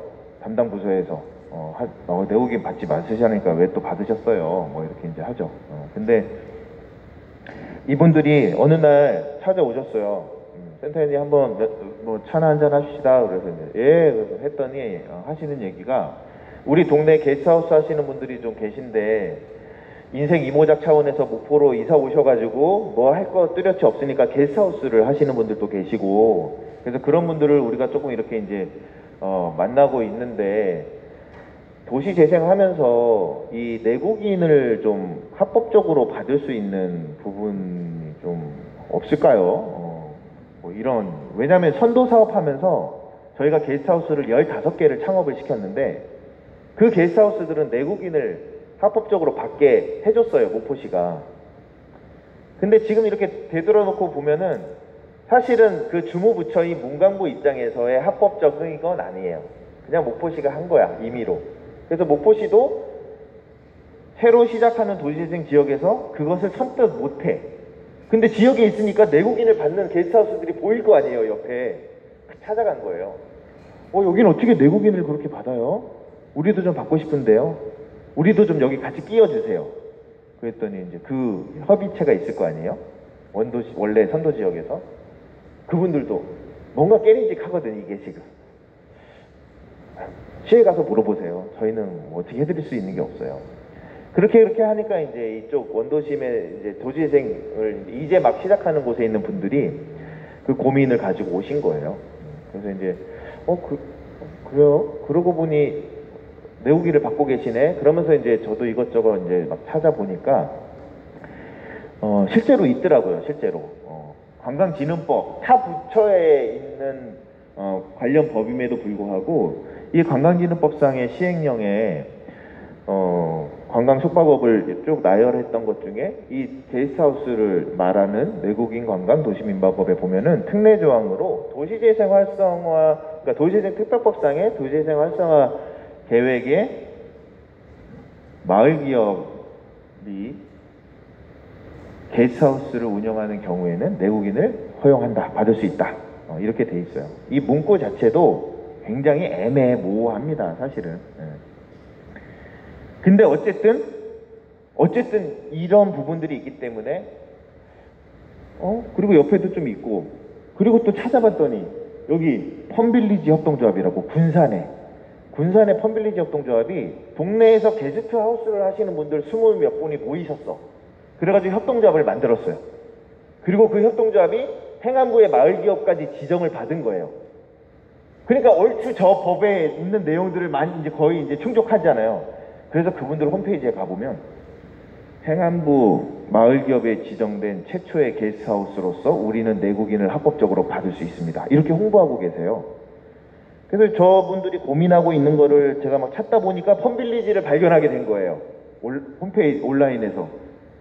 그래가지고 몰커니 사례가 있네요. 우리도 갑시다. 모여보세요. 그래서 모이신 거예요. 자, 우리도 이제 저렇게 갑니다. 협동조합 만드시다. 작년 2월에 창립총회를 하고 일주일 만에 목포시로부터 협동조합 인가가 나왔어요. 근데 우리의 목표는 마을기업으로서 내국인을 합법적으로 받는 거니까 행안부 마을기업이라고 생각하고 행안부 마을기업으로 가기 위해서 먼저 뭘 했냐? 광역단위, 전라남도 예비마을기업 신청을 바로 하게 됩니다. 지정이 됐죠. 그리고 나서 2020년도는 예비마을기업으로서의 활동을 열심히 합니다. 이분들한테는 사활이 걸린 문제예요. 행안부 마을기업이 반드시 돼야 돼. 그래야 내국인을 받을 수 있다고 생각을 한 거예요. 그러니 2020년도에 열심히 활동을 했겠죠. 안타깝게도 코로나 상황이어서 그 활동이 제한적이지만, 근데 이제 우리가 솔직히 말해서 행안부한테 또는 문광부한테 우리가 내국인을 합법적으로 받기 위해서 마을기업을 인정받고 싶어요 라고 하면 누가 해줍니까? 마을기업의 본 취지가 있는데, 그쵸? 그래서 모이셔가지고 마을기업이란 무엇입니까? 센터장이 마을기업까지 가야 된다고 하는데 마을기업이 뭡니까? 라고 하면서 이제 마을기업을 그때 돼서야 우리가 이제 이해를 하기 시작했어요. 그러고 놓고 보니까 마을기업으로서의 지역성과 공동체성과 나름의 사업의 지속성과 이런 것들을 갖추는 이야기를 들으면서 자꾸 이제 소스들을 공유하는데 우리가 마을을 기반으로 관광 숙박 서비스를 제공하는 사업자들인데 이들이 모여서 마을기업이라고 하는 것들의 계획서를 세워보고 그 구상을 하고 하다 보니 나름의 우리가 지역에서 또 의미 있는 역할을 할 수도 있겠네. 우리가 나름의 어떤 온 오프라인 관광 숙박 플랫폼을 만들면서 기존의 플랫폼 업자들한테 주는 에어비앤비 야 놀자 15%막 20%씩 수수료 띄어가는데 그놈들한테 그거 주느니 우리가 그 수수료를 지역을 위해서 쓰고 수수료 부담을 좀 서로 낮춰주고 이렇게 하는 우리가 플랫폼이 되면 좋겠다. 그리고 요즘 보니까 마을 호텔이니 뭐니 이런 트렌드도 있던데 그런 거를 우리가 한번 지향하면 어떨까라고 하면서 이런 걸 막 준비하시는 거예요. 본인들의 BI도 만들고 마을 호텔 컨퍼런스도 막 계획했고 코로나 때문에 하지도 못했지만 이런 과정들을 거치면서 마을 지도도 만들고 굿즈도 만들고 이렇게 하면서 지역사회에 기여하면서도 본인들의 사업의 지속성 활성화를 만들어내는 역할을 목표로 삼게 됩니다. 그러고 이제 이런 걸 만드시는 거예요. 이제 온라인 검색하시면 꿈꾸는 바닷골목, 목포 게스트하우스 이렇게 하시면은 온라인 예약을 할 수 있어요. 여기 들어가면 목포에 지금 여기 모이신 조합원분들이 운영하는 각자의 게스트하우스들을 예약을 하실 수 있어요. 근데 이분들이 지금 대놓고 이거를 홍보를 못해. 왜? 아직은 이분들이 마을 기업이 안 됐잖아요. 내국인을 받으면 아직 안 되잖아요. 그래서 그걸 못해가지고 지금 안달 나셔가지고 계신데 그 와중에 이런 활동들이 모아져서 2021년도 올해 행안부 마을 기업에 지정이 됩니다. 20년도에 활동이 그래도 좀 열심히 하셨어요. 그래서 행안부 마을 기업 지정됐잖아요. 그러면 이제 바로 내국인을 받을 수 있냐? 이게 또 목포시의 담당과가 이 법령은 있어도 이게 진짜 당신들이 하는 이 방식이 맞는지 문광부 문체부에 문의를 해봐야겠습니다. 문체부에 문의를 했더니 문체부 담당자가 확실한 답을 안 주는 거예요. 문체부 담당자가 펀빌리지 협동조합을 알아요, 군산에. 그런데 군산의 펀빌리지 협동조합이 그렇게 해서 운영되고 있는지는 몰랐어. 근데 최근에 저희가 이런 협의하는 과정에서 알게 됐어요. 이걸 어떻게 해야 되나 고민이에요, 문체부 사무관님이. 그래가지고 이제 여러분들의 드리는 정보 하나는 저희가 10월 중순에 이 이슈 때문에 BH하고 국토부하고 문체부하고 행안부하고 목포도시재생센터하고 꿈바다 협동조합이 만나요. 왜? 이거 좋은 것 같다. 지역의 게스트하우스 하시는 분들끼리 모여서 협동조합을 만들고 지역성 공동체성을 형성해가는 마을 지역까지를 해갔을 때 그들에게 내국인을 받게끔 해주면 진짜 우리가 마을 호텔이라고 하는 개념도 주민 주도로 구현시키는 그런 것들을 할 수 있지 않겠느냐는 생각을 하기 시작한 거예요. 그래서 그런 것들을 양성화하고 활성화하는 방향으로 곧 문광부에서 지침이 지자체로 하달될 겁니다. 그래서 그거를 좀 확정하는 회의가 예정돼 있어요. 그래서 이제 우리가 이분들은 본인들의 이슈를 해결하기 위해서 막 했지만 이게 이제 다른 지역에도 적용되는 하나의 좀 지침이 될 수 있어요. 그래서 그것도 나름 이분들 되게 나중에 되면 뿌듯해 하시겠죠. 어쨌든 이런 활동들을 하시면서 목포역 앞에 온라인 플랫폼만 만들면 뭐합니까? 목포역 앞에 라운지 꿈이라고 여행자들이 오셔서 짐 맡기고 잠깐 어디 이제 목포역에 내려서 잠깐 짐 맡기고 어디 갔다 오시고 숙소 찾아가시고 하실 때 이용하시라고 이런 여행자 라운지도 6월에 오픈을 하셨어요. 지금 한 8분으로 시작한 이 협동조합은 구성원 한 30여 분 정도 계시고 게스트하우스 운영자는 한두 개 정도 되는 것 같아요. 만약에 이게 이제 되잖아요. 목포시로부터 오케이 하잖아요. 그러면 동네 게스트하우스는 다 들어오게 생겼어요, 지금. 나도 가입시켜줘요. 나도. 그럴 때 되면 조합 가입 출자금을 좀 올려야 되나? 이분들은 아주 꼼꼼하게 조합원 가입을 굉장히 꼼꼼하게 심사하십니다. 우리 일반 협동조합은 그냥 다 오픈이잖아요. 이분들은 굉장히 심사가 까다로워. 퀄리티를 유지해야 된다라고 하는 생각을 하고 계셔서 되게 열심히 활동하고 있는 협동조합입니다. 마지막 협동조합 하나 소개시켜드리고 마무리 지어보겠습니다. 건맥 1897 협동조합인데요. 요즘 이 협동조합 보러들 좀 오세요. 코로나 상황이 이제 조금 위드 코로나로 갈 것 같아서 그런지 요 며칠 사이에도 계속 문의가 이제 많은데 지금까지 설명드렸던 협동조합들은 활성화 계획에 있어서 한 건 아니에요. 물론 마을관리사회협동조합은 이제 이제 하나의 필수적으로 해야 되는 거니까 이제 했다 하더라도 나머지 협동조합들은 그냥 이제 해가고 있는데, 요거는 조금 연계가 되는 게 뭐냐면, 저희가 상권 활성화 계획이 있었잖아요. 상권 활성화 계획에 1년에 한 번씩 거리 축제를 해라. 그리고 그 거리는 건해산물 상가거리에서 하는데, 축제의 주제는 건맥, 맥주와 건어물. 목포에는 1950년대에 설립된 해산물 조합이 있어요. 이분들은 본인들의 조합이 부산의 해산물 조합보다 한 2, 3년 더 빨리 만들었다고 자랑하세요. 그 조합원분들이 모여 계시는 거리가 건해산물 상가거리, 우리 원도심 도시재생 구역 안에 있어요.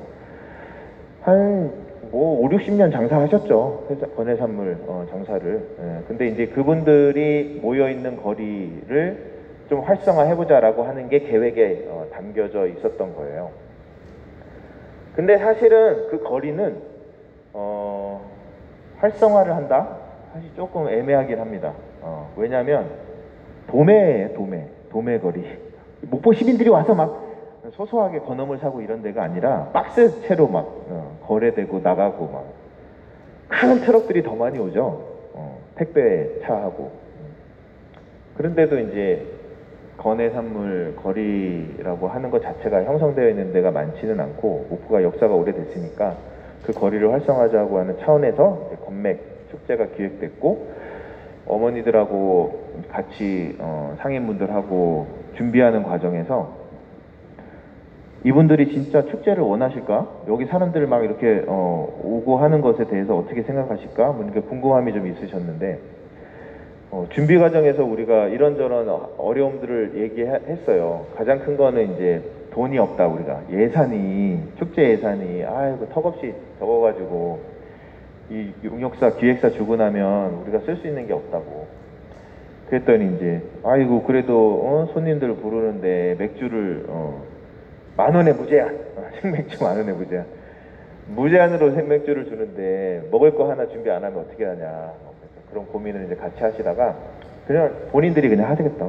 우리가 파는 멸치 그냥 묻혀가지고 내고 부침이 붙이고 해서 그날 온 손님들한테 우리가 주겠다고, 상인회에서 그냥 하지 뭐 이러면서 이제 하시고, 병풍 같은 것도 있으면 좋을 것 같은데 돈이 없어요. 이랬더니 그분들이 조금씩 하나씩 좀 꺼내 봅시다. 그래가지고 이제 그러니까 김, 미역, 멸치가 주종이에요. 여기 주 3종. 박스채만 이거 주라고 나옵니다. 우리 상희 회장님의 그때 이야기에 의하면 한 시가로 1,000만 원 가량이 병풍으로 나왔어요. 어마어마한 거죠. 근데 그거를 보면서 저희가 이제 사실은 놀랐어요. 꽤 놀랐죠. 와, 이분들 대단한데, 역시 전국을 상대로 장사하시는 분들이라 통이 크신가 뭐 이러면서 준비 과정에 있어서 이 참여하시는 분들이 한번 저희를 시각을 좀 달리 만들어 주셨어요. 그리고 이제 뭐 두 줄 이렇게 쫙 깔고, 이 거리가 사이즈가 딱 좋습니다. 뭔가 이렇게 행사하기에. 저 끝에가 바다인데 지금 무대 때문에 가려졌죠. 바로 선창가 옆에 있는 거리. 준비하는 과정, 토요일날 한 2시부터 열었어요. 근데 말씀드린 것처럼 도매를 하던 곳이어서 일반 시민분들이 잘 몰라요. 그리고 다 저쪽 신도심 쪽으로 가서 살고 계시잖아요, 목포 시민분들은. 그래서 오실까 한 걱정을 하면서 9월 28일 가을 느지막한 곳에 이제 오픈을 했습니다. 근데 실제로 저희가 이거를 해놓고 나서 한두 시간 정도 지났나? 근데 이제 이 정도로 이제 막 들어오기 시작하시는데, 깜짝 놀랐죠. 저희가 홍보도 막 그렇게 막 이렇게 뭐 열심히 막 하고, 시도 막 홍보하지도 않았고, 그냥 이렇게 아름아름 그냥 이렇게 이제 한 건데, 티켓만, 생맥주 10,000원에 무제한 티켓만 사전에 좀 판매하고 뭐 이렇게 했죠.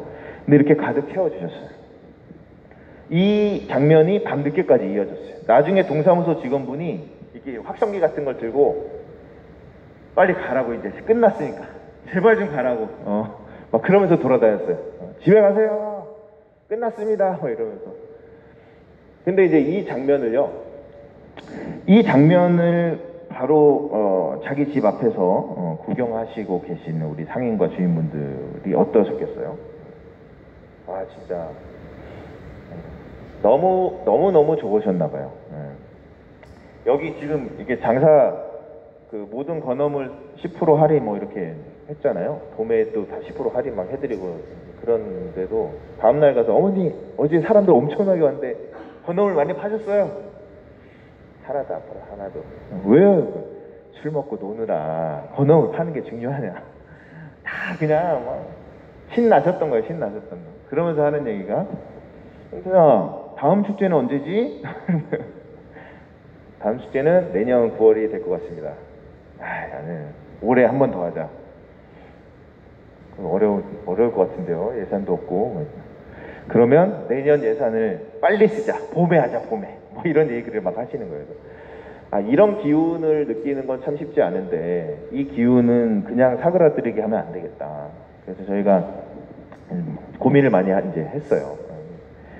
고민하는 과정에서 나온 게 뭐냐면 우리가 건맥 축제를 했는데 이 거리는 건어물은 이미 가득 차 있는 거리인데 맥주 축제를 했는데 그러고 보니 맥주 한 잔 마실 만한 곳이 이 거리에 없어요. 이 옆거리에도 없어. 이 일대 자체에 마땅한 데가 없어요. 이참에 그러면 우리가 이 기운을, 이 여세를 몰아서 동네에 맥주집을 하나 만들어 봅시다. 이렇게 된 거예요. 또 이제 상인 회장님이 또 술 좋아하시고, 안 그래도 우리가 상인 회장님 아지트에서 저녁에 술 한잔하고 하는데 차라리 맥주집을 만들어서 거기서 먹읍시다. 이제 그렇게 된 거예요. 괜찮은데? 맥주집? 장소가 있나? 마침 이 거리 축제를 한 그 가운데 왕산장이라고 하는 그 3층짜리 건물이 비어 있었어요. 다른 데는 다 채워져 있었어요. 여기는 도매상가 장사가 잘 됩니다. 그래서 본인들의 상점도 있지만 그 옆에 건물들이 창고로 탔어요. 창고로. 물건 이렇게 김 재워놓고 그래서 비어있는 공간 찾기가 쉽지는 않은 거리인데 다른 데 비하면 저 건물이 비어져 있었던 거예요. 그래서 마을 맥주집을 하나 만드시라. 좋아요. 자, 우리가 마을에서 함께 축제를 했고 마을에 맥주집을 만들자고 하니 그러면 그 맥주집은 누가 운영을 해야 됩니까? 당연히 마을이 운영을 해야 되겠죠. 좋아요. 또 하나 만드시다. 건맥 1897 협동조합. 가운데에 계신 분이 상인 회장님. 젊으시죠? 2대째 장사하고 계신 거예요. 아버님의 대를 이어서. 젊은 분이 장사를 하니까 동네 상인분들이 야 이제 네가 상인 회장 좀 해라. 우리 상가 거리는 좀 너가 좀 어떻게 해봐라. 이렇게 이제 다 맡기신. 그래서 무한 신뢰를 하고 있죠. 우리 상인 회장님한테 상인분들이. 그러니까 이제 상인 회장님이 이사장을 이제 하는 건 당연한 거예요. 하십시오. 형님이 이사장 하십시오.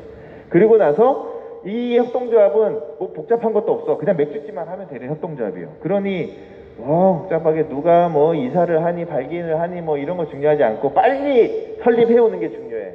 젊은 사람들을 일단 빨리 인간도장 가지고 와서 창립총회하고 설립인가 빨리 받아옵시다. 그래가지고 12월 4일에 창립총회하고 일주일 만에 목포시로부터 협동조합 설립인가를 받아옵니다.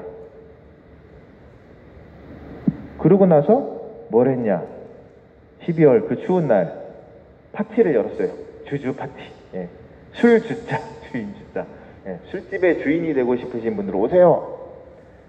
여러분들이 함께 축제를 했고 그 축제의 기운으로 마을 펍까지 지금 오고 있는데 여러분 주인이 되어 주셔야죠 하고 설명회도 해드리고 앞으로 언제 2020년 2월 중에 오픈합니다. 전국 최초의 마을 펍 최초는 아니겠지만 어쨌든 만듭니다라고 모이셨어요. 당일에 한 50여 분 정도가 가입을 해주셨어요. 저희가 이 협동조합을 통해서 펍을 할 때 그 초기 소요 자금을 예상을 했던 것이 여기 1층, 지금 이 건물 1층에서 하려고 했었거든요. 근데 뭐 건물주분이 서울 분인데 목포 출신이시고 동네 어르신들이 이런 거 한다고 하니 또 임대료를 받을 수 있겠어요? 그냥 계약만 하고 쓰시라고. 그래가지고 임대료도 뭐 임대료 안 내도 돼요? 자, 그러면 이제 초기 설비하고 뭐 이것저것만 하면 한 5천만 원이면 될 것 같다. 그래서 이제 저희가 5천만 원을 어떻게 모을까? 초기 출자금, 최소 출자금을 어떻게 설정할까요? 그랬더니 황희 회장님이나 어르신들, 그래도 맥주집 하는데 한 100만 원씩은 내야지 우리가. 이러시면 100만 원 좀 진입장벽이 좀 높은데요. 그랬더니 그 정도 내야 된다. 혹시 통이 좀 크셨어요.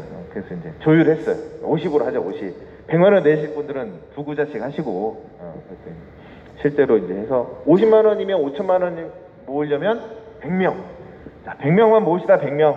그래서 이제 요날 한 50명 정도 오시고, 한 2, 3주 안에 막 온라인이든 뭐 지인분들도 이제 그동안 여기 연락 안 됐던 분들 뭐 이렇게 이제 해가지고 100분이 채워졌는데, 출자금은 한 7천만 원 정도가 모아졌어요. 50만 원 쓰고 있으면 옆에서 쪼잔하게 50만 원 내라고 50만 원 쓴다고 자기 100만 원 쓰고 막 이렇게 하시면서 동네 분들끼리 이날도 재밌었습니다. 자, 이렇게 이제 우리가 놀이로 재미로 축제로 시작한 것이 사업으로 넘어오는 과정도 그렇게 무겁지 않게 가볍게 시작을 한 거예요.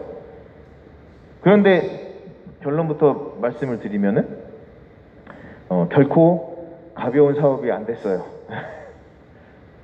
이 보이시는 이 건물, 지금 3층짜리 건물, 1층은 옆에처럼 건해산물 상가였고요. 2, 3층은 여인숙이었어요. 왕산장이라고 하는 여인숙. 근데 저희가 이 사업을 구상하면서 인테리어 비용을 이제 견적을 내는 과정에서 이게 옛날 건물이기도 하고 막 그러다 보니까 또 공간도 넓어요. 안으로 바닥 면적이 한 60평 돼요. 그러다 보니까 인테리어 견적 비용이 꽤 나오고 한 1억 내외로 나오는 거예요. 그래서 그런 상황에서 남의 건물에 1억씩이나 돈을 넣는다고 어르신들이 막 뭐라 하시는 거예요. 그러면서 그 돈이면 우리가 저 건물 값을 아는데 그 돈이면 저 건물 사고 한다. 그래가지고 덜컥 계약을 해버렸잖아요. 건물을. 매매 계약을. 사서 할까요? 그래, 사서 합시다, 차라리. 이렇게 된 거예요. 쉽게 생각했습니다, 그것도. 근데 사서 하는 것에 쉬웠던 이유는 우리가 7천만 원 모았으니까 허그에서, 요즘 허그 아시잖아요. 주택도시보증공사에서 나머지 90%의 사업비는 대출을 해주고 있었단 말이에요, 기존에는. 그래서 그러면 합시다. 우리 7천만 원 모았으니까 나머지는 저기서 끌어옵시다 해가지고 했는데 허그가 복병이었어요. 허그에서 갑자기 술집요? 두 번째, 목포 그 원도심 거기서요. 자기가 목포를 좀 아는데 전남권 담당자니까 목포를 아는데 안 된대. 망한대. 그건 분명히 망할 것 같습니다. 이러는 거예요. 그래서 실랑이를 몇 주 하다가 잠근 날짜가 다가오는 거예요. 시간이 없어요. 안 해. 허그랑 이제 얘기 안 해. 그렇게 하고 내부적으로 논의를 해서 가냐 마냐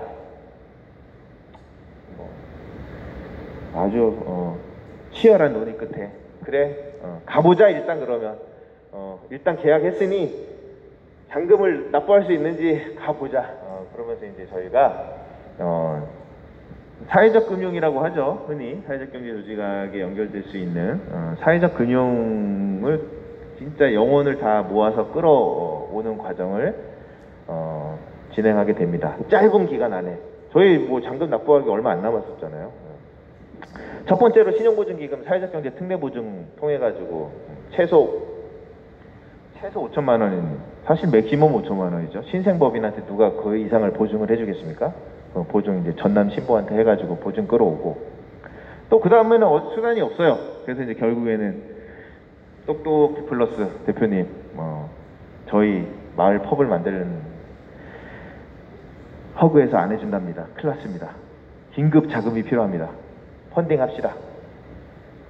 그래요. 너무 좋은데 합시다. 5천만 원 설정.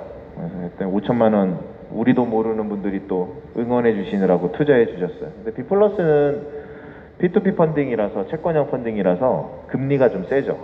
8%, 7%, 8% 이렇거든요.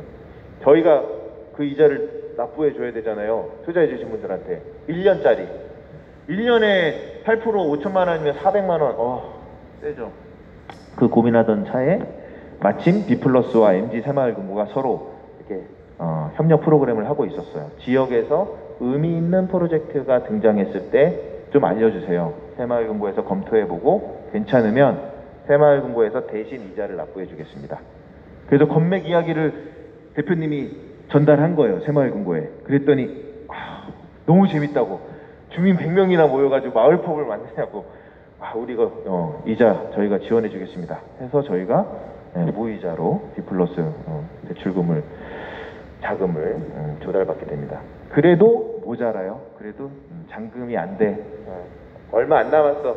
기일이 얼마 안 남았는데 물론 좋은 건물주라서 좀 더 기다려 줄 수 있지만 잔금 날짜가 계속 다가오고 있었어요.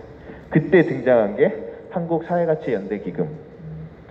문정권 들어서면서 사회혁신기금이 조성이 하나 됐죠. 여러 가지 뭐 공기업이나 이제 주로 기관들이 출연을 해가지고 재단법인이 만들어졌는데 주 목적은 사회적인 의미가 있는 프로젝트에 기금을 출자 투자하는 기관이죠. 근데 기금이 많지는 않아요. 그래서 이제 우리가 가시적으로 막 드러나지는 않는데 어쨌든 그런 역할을 하고 있는 조직에서 목포에서 마을 펍을 만들다는 소식을 들으시고는 본인들이 뭔가 좀 연결을 해주고 싶었던 거예요. 그래서 내려오셨어요. 목포에. 상황을 좀 보고 이야기를 듣고 연결해보면 좋겠다고. 우리나라도 이제 커뮤니티 오운드 펍이 만들어지는군요. 해봅시다. 그래서 이제 했는데 사실은 연대기금의 자금, 도매기금이라고 하죠. 도매기금이 우리 같은 현장에 바로 다이렉트로 오지는 못해서 중개기관들을 끼고 이제 옵니다. 근데 중개기관들마다의 나름의 이제 기금을 연결하기 위한 조건들이 있어요. 안 맞는 거예요. 이게 우리 협동조합하고 여기하고. 그래가지고 좋다 말았네. 막 이렇게 된 거예요. 큰일 났네. 어떻게 하죠? 다시 연대기금 쪽에 이제 우리 이거 연결하기가 어렵겠는데요. 고민을 막 하고 있던 차에 연대기금에서 지역자사나 이런 이제 사업들 주민들이 함께 부동산을 공유하고 거기에서 지역의 변화를 모색하는 사업들을 하는 이 지역자사나 사업을 위한 별도의 상품을 새로 만들자. 이렇게 된 거예요. 그 사회가치연대기금이 목포의 이 건맥 협동조합 때문에 신규 상품을 만들었어요. 그게 어떤 상품이냐? 너네 지금 비플러스에서 펀딩하고 있죠? 네, 펀딩하고 있습니다.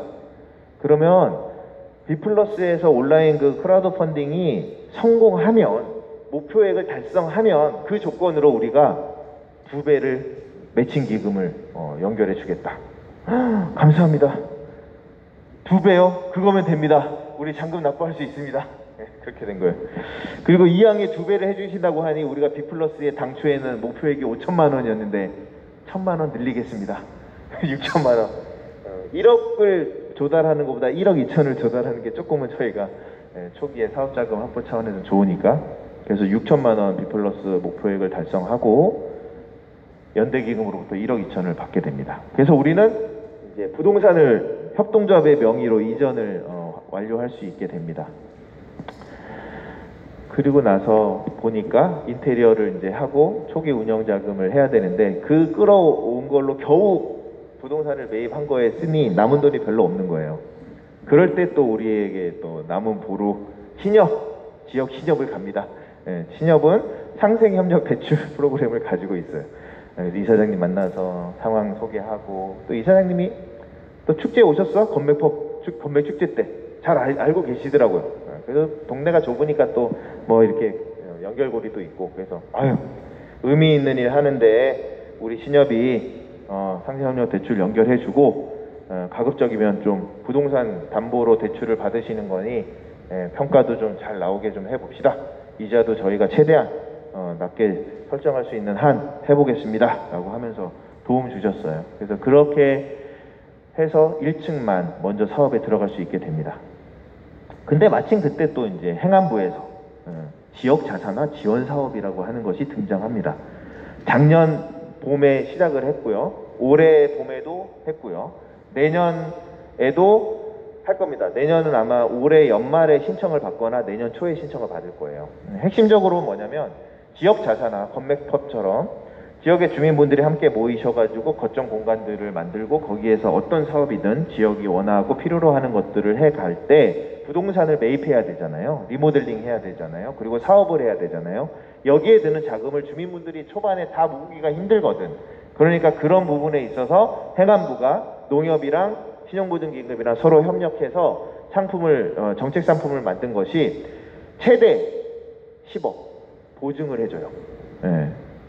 그리고 15년 동안 갚는데 앞에 거치 기간을 5년 정도 설정을 해주고 이자도 지자체가 이자 보전을 해주도록 독려해요. 목포시도 지금 건맥협동조합한테 1년에 1% 이자를 지원해주고 있어요. 예, 그럼 보통 이게 2%대 후반에 설정이 되거든요, 금리가. 그러면 지자체가 의지가 있는 데는 2%도 막 해주고 그래요. 그러면 이제 0%대 이자, 1%대 이자도 가능하죠. 그래서 지역 주민들이 이렇게 모여서 스스로들이 뭔가를 해보겠다 하는데 지자체가 좀 도와주라. 농협은 신보 통해서 농협의 사회공헌 기금을 하니까 신보가 보증서를 거기에 10배쯤 발행을 해주고 하는 거거든요. 그런 구조로 돌아가요. 마침 우리가 할 때 이게 나왔어요. 그래서 이때는 5억이었어요. 최대 보증 규모가. 그래서 했는데 전국에서 60개 지역이 신청을 해서 행안부에서 20개를 선정하고 작년에는 80개가 신청했대요. 올해는 아마 더 많이 신청할 것 같아요. 저도 지역자산화 지원사업, 지역자산화라고 하는 것의 필요성을 항상 이야기하러 다니고 또 그런 것들을 만들어 가봅시다라고 했던 사람으로서 지역에서 이렇게 수요가 많은지 몰랐어요. 그러니까 이제 이거의 핵심적인 건 뭐냐면 우리가 스스로 해보겠다는 거거든. 주민분들이. 우리가 스스로 공간 필요해. 그리고 우리가 스스로 돈 모아서 해볼게. 그리고 사업성도 어느 정도 나올 것 같아. 라고 하면 의존하지 않고 이 정책 상품 정도 연결해서 뭔가 해보겠다고 하는 거예요.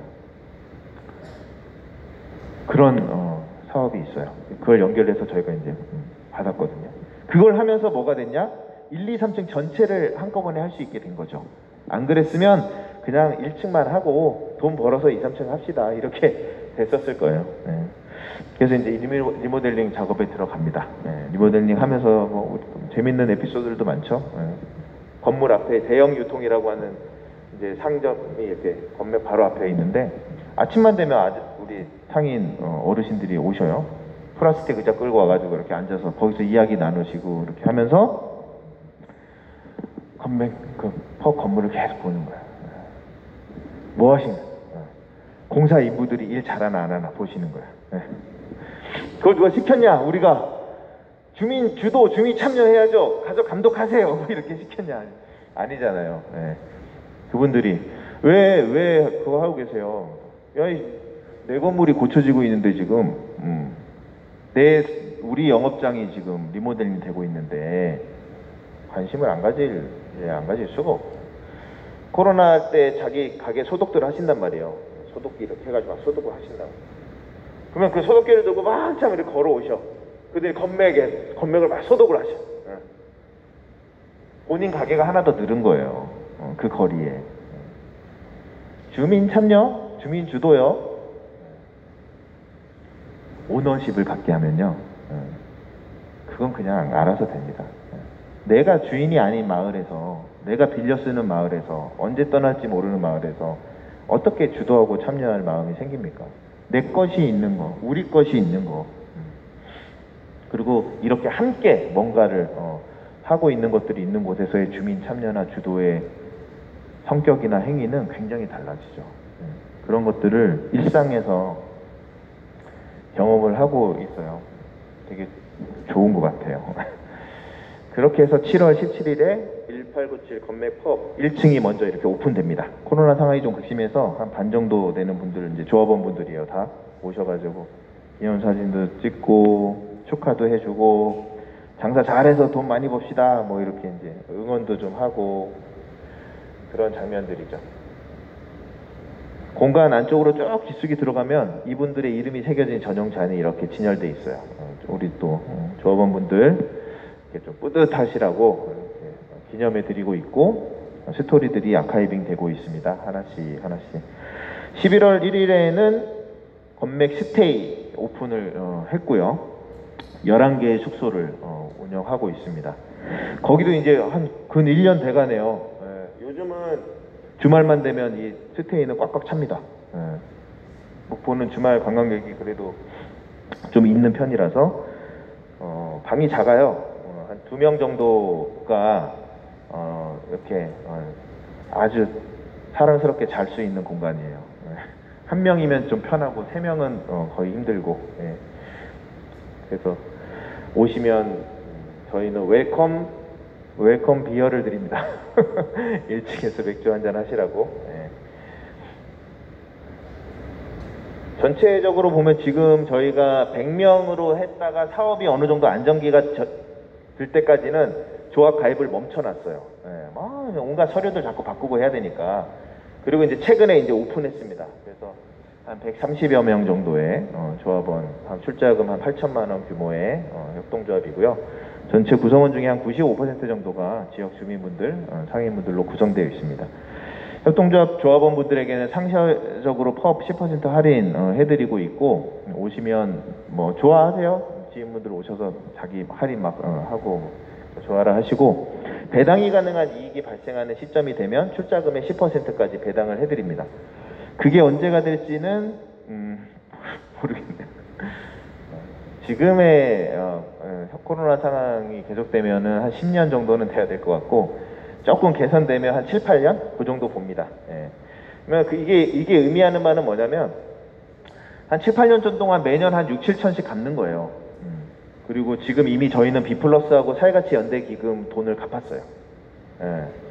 근데 이제 그 갚은 게 돈을 엄청 벌어서 갚은 부분이 아니라 한번 금융을 재구조화했어요.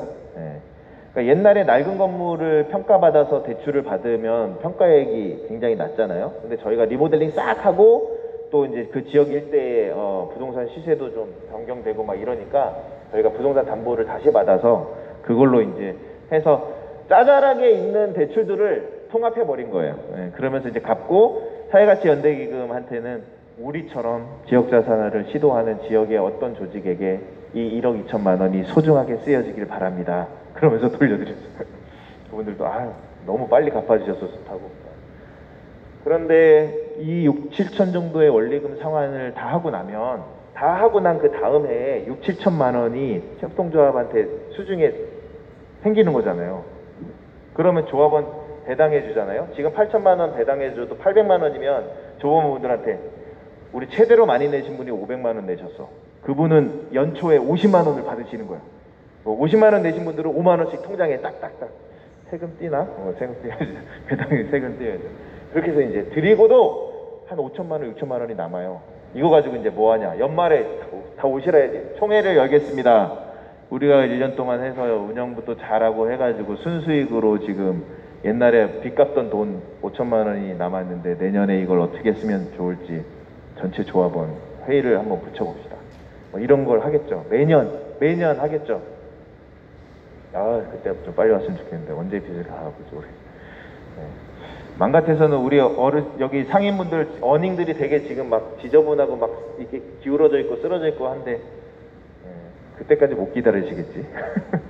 일괄적으로 이 거리에 그냥 어닝을 우리가 협동조합에서 다 갈아드립니다. 뭐 이렇게 할 수도 있겠죠. 그런 우물이 이 거리에 하나의 점 하나 저렇게 찍으니까 생기는 거예요. 저는 재생하면서 우리가 많은 거리들 있잖아요. 거리 곳곳에 이런 거 하나씩 찍어서 한 5년, 10년 지났더니 이제는 행정 네 열심히 하세요. 우리 이제 여기에서는 뭐 1년에 한 5천만 원 나오는데 지역기금으로 이걸 어떻게 쓸지 회의하러 갑니다. 그런 거리들이 곳곳에 있으면 일상적 재생이 일어나겠죠. 그런 역할을 잘 해내기를 기대하면서 응원하면서 그러고 있습니다. 저도 여기 발기인이고 이사 역할을 하고 있습니다. 거리 축제가 하나의 미션이죠. 거리 활성화가. 그래서 저희가 6월 달에 코로나 3단계 되기 전에 이제 시작했어요. 행안부 마을기업으로 지정이 됐거든요. 저희가 2021년도에 꿈바다 협동조합이랑 같이 지정이 됐어요. 그래서 마을기업 사업비 중에 일부를 거리 활성화해서 주말마다 거리를 도로를 막고 차 다니는 걸 막고 거리 축제를 합니다. 한 세 번, 네 번 정도 한 것 같아요. 4회 정도 했는데 코로나가 극심해지면서 중단됐는데 방침상 한 200석을 깔았어요. 200석을 쫙 깔고 펍이 밖으로 나온 겁니다. 그리고 이제 했더니 오랜만에 시민분들 너무 좋아를 하셨어요. 코로나 상황에서도 우리가 이렇게 할 수 있다니 좋군요 했는데 이제 못하게 됐는데 어쨌든 위드 코로나 되면은 바로 다시 시작을 할 것 같고요. 그리고 그때는 차선 2개를 다 막을 예정에 있어요. 그래서 주말마다 이 곳을 건맥거리로 만드는 역할을 협동조합이 주도해서 해갈 것 같고, 지금 너무너무들 건맥 축제를 막 기다리고 계시는 분들이 많으셔서 아마 10월 30일 예정대로 한다면 10월 30일에 건맥 축제를 할 것 같고요. 목포에서 조금 행정이랑 협의 과정에서 조금 지체되면 위드 코로나 되는 11월 초 중반에 하지 않을까 조심스럽게 예측이 되는데, 그때 혹시 시간 되시면 토요일에 목포로 날라오시면은 기운을 좀 느끼실 수 있습니다. 저희가 재생사업 하면서 보니까 뭐 계획하고 설계한 건 아닌데 해마다 하나씩 쿱들이 만들어졌더라고요. 그리고 그 쿱들을 지원하는 센터의 역할, 설립을 돕기도 하고 사업 모델을 조금 잘 갖춰가는 데 있어서 같이 기획도 해드리고 애쓰기도 하는데, 일단 저희는 유한한 존재잖아요. 그래서 이분들이 어느 정도의 기간 동안 잘 성장해 갈 수 있도록 국토부의 정책만으로는 한계가 분명히 있기 때문에 저희가 관련되어져 있는 정책들을 최대한 연계해 드리려고 애를 쓰고 있습니다. 그래서 해산물 유통가공하는 2018년도 프로젝트 팀으로 만들어진 백고동 소리 협동조합은 지금 전남 예비 사회적 기업 단계를 가고 있고요. 건맹 협동조합은 행안부 마을기업이 짧은 기간 안에 선정이 됐고, 마을관리 사회적 협동조합은 국토부 예비 사회적 기업, 꿈바다 협동조합은 행안부 마을기업, 그리고 최근에 어머니들이 한 5분이 모이셔가지고 마을 식당을 여셨어요. 톳 비빔밥. 맛있어요. 톳 비빔밥. 도시락도 이제 곧 이제 하신다고 하는데, 거기 이제 낭만항구 협동조합, 낭만 맛집이라고 있는데, 그분들도 지금 전남 예비 마을 기업 단계를 거쳐가고 계십니다. 그래서 그런 트랙들을 적절하게 매칭해 드리고 그 과정에서 좀 지속성을 확보할 수 있는 단계까지 갈 수 있도록 돕는 역할을 센터가 하고 있는데, 어떤 협동조합은 뭐 알아서 잘 가시는 데들이 있고, 어떤 데는 정말 우리가 같이 애쓰지 않으면 막 불안한 그런 단계의 협동조합도 있고 그렇습니다. 그래도 다들 이제 어느 정도씩은 맷집들이 좀 생기신 것 같고, 요즘 나오는 얘기는 야, 협동조합들끼리 좀 모아보자. 다른 데 좀 어떻게 하고 있는지 우리도 좀 이제 들을 여유가 좀 생겼다. 이런 얘기 하셔요. 그래서 협동조합들끼리 좀 워크숍 한번 기획하고 있고, 한 곳이 소규모 재생사업 하는 곳에서 협동조합을 만들어 놨더니 거기는 이런 트랙하고 좀 다르잖아요. 그 협동조합한테 소규모 재생사업의 상당 부분의 예산이 거의 몰빵하는 구조로 가잖아요. 공간도 다 만들어주고 시설도 다 해주고. 그랬더니 그 협동조합은 초반에 좀 약간 신경을 덜 썼더니 아주 뭐 행정이 무조건 뭐든지 다 해줘야 되는 곳인 줄 알고 이것저것 요구사항만 있고 막 아주 난리가 아닙니다 지금. 그래가지고 그분들을 이 협동조합 분들하고 만나게 해주려고, 당신들이 얼마나 지금 축복받고 은혜로운 환경에서 협동조합을 하는지 한 2억 3억 가량을 시설을 다 해주는데 이분들은 본인들이 7천만 원 8천만 원 모으고 빚을 5억 6억을 져가면서 이렇게 사업하시는데 무슨 그렇게 배부른 소리를 자꾸 하시냐라고 하는 이야기를 제 입으로 하는 게 아니라 협동조합에 계신 분들이 다른 협동조합한테 하려고 준비 중이세요. 소식을 드렸더니 큰일 났다 거기, 야 모임을 좀 결성해라. 네 알겠습니다. 협동조합끼리 컨설팅도 해주고 서로 동기부여도 되고 그런 환경까지 가고 있는데 쉽진 않습니다. 과정이. 건매기 130명, 마을관리가 100명, 꿈바다가 한 30여 명, 백고동소리가 한 20, 30여 명, 그리고 마을 밥집 하시는 분들이 한 5명 정도 해서 한 300여 명의 주민분들이 쿱의 경험을 하고 계세요. 전체 주민이 한 3,000명 되거든요. 그 일대 한 10%. 와, 저기 어느 순간 그거를 인지하는 순간 10%. 한 2년 정도만 좀 더 하면 한 20%? 우리가 이탈리아 뭐 에밀리아 로마냐 뭐 이탈리아 협동조합 도시들 막 하면 25%, 30% 이래요.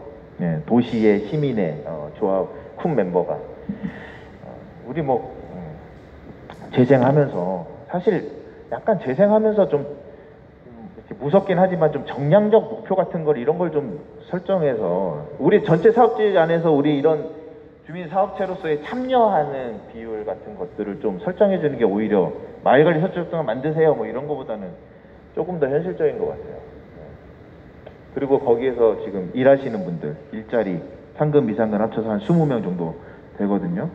일자리를 성과지표로 많이 두는데 저는 일자리 수보다는 주민분들 중에서 쿱에 관여하시는 그 비율이 사실 더 의미 있는 수치 아닌가?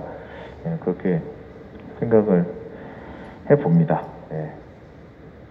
이 과정에서 핵심적인 이제 말씀드린 거에 핵심적인 원리인데요. 3가지인데 잘 안 되죠. 잘 안 하고 가운데 건 열심히 해요. 우리가 역량을 강화시키 지역 주체들의 재생의 역량을 강화시키는 일은 열심히 하는데 앞뒤가 안 돼요. 첫 번째는 지역 소유권에 기반해서 경제적인 파급력을 담아야 가야 되거든요. 우리가 함께 지역에 있는 분들이 함께 공동의 오너십들을 만들어가는 구조, 그게 사업체든 공간이든 뭐든 이런 것들을 만들어 가야 우리가 변화시켜 놓은 곳에서 만들어지는 가치가 담겨요. 그 담는 그릇을 안 만들어 놓고 몸만 축내고 뭐 관계만 이렇게 힘들어지고 막 하는 재생을 우리가 하면 안 되지 않습니까? 담을 그릇을 만들어야 되는데 그것의 핵심 원리는 지역적 오너십이에요. 지역적 오너십이에요. 유형은 뭐 다양하게 만들어 볼 수 있겠지만 어쨌든 그런 구조를 자꾸 만드셔야 되고, 세 번째, 그러기 위해서 필요한 일인데 지역 주민들로 하여금 로컬에 투자하게 하는 기회를 자꾸 드려야 된다는 거 하는 거예요. 행정의 돈으로만 사업하고 지원받고 하는 그거에 익숙하게 하는 게 아니라 내 돈, 내 산, 내 돈으로 내 마을을, 내 돈으로 내 지역을 사야죠, 자꾸. 그러면 뭐가 생깁니까? 지분이 생겨요, 지분. 주민분들이 마을에 지분을 가져야 돼요. 그래야 진짜 주인 행세를 하죠. 목소리가 달라져요. 그리고 참여의 수준이 달라지죠. 그러기 위해서 뭐 해야 된다? 금액은 상관없습니다. 10,000원, 5,000원이든 5만 원이든 100만 원이든 내가 지역을 위해서 투자하고 그걸 통해서 내가 지역의 지분을 갖고 지역이 잘 되면 나도 잘 되고 넘도 잘 되고 우리가 다 잘 되는 그런 구조.